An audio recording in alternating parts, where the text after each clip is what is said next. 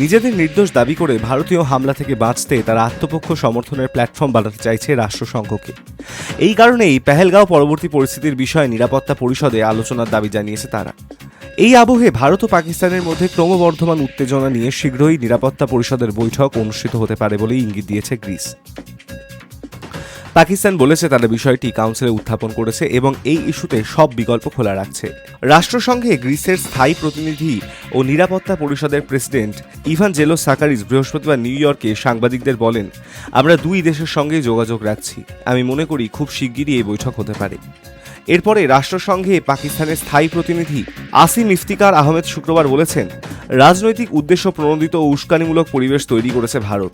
তাদের কর্মকাণ্ড উত্তেজনা চরমে পৌঁছেছে। আমাদের কাছে পোক্ত গোয়েন্দা তথ্য রয়েছে যে ভারত পাকিস্তানের বিরুদ্ধে সামরিক ব্যবস্থা নেওয়ার পরিকল্পনা করছে। তিনি বলেন, ভারত যদি আগ্রাসন অবলম্বন করে তবে পাকিস্তান রাষ্ট্রসংঘের সনদে বর্ণিত আত্মরক্ষার অধিকার প্রয়োগ করবে। পাক কূটনীতিক বলেন, পাকিস্তান এখনো পর্যন্ত রাষ্ট্রসংঘের মহাসচিব, সাধারণ পরিষদ, নিরাপত্তা পরিষদের সভাপতি, ওআইসি গ্রুপ এবং নিরাপত্তা পরিষদের অন্যান্য সদস্যদের কাছে তার বক্তব্য তুলে ধরেছে। তিনি সিন্ধু জলচুক্তি স্থগিতের সিদ্ধান্তকে একতরফা অবৈধ বলে অভিহিত করেন।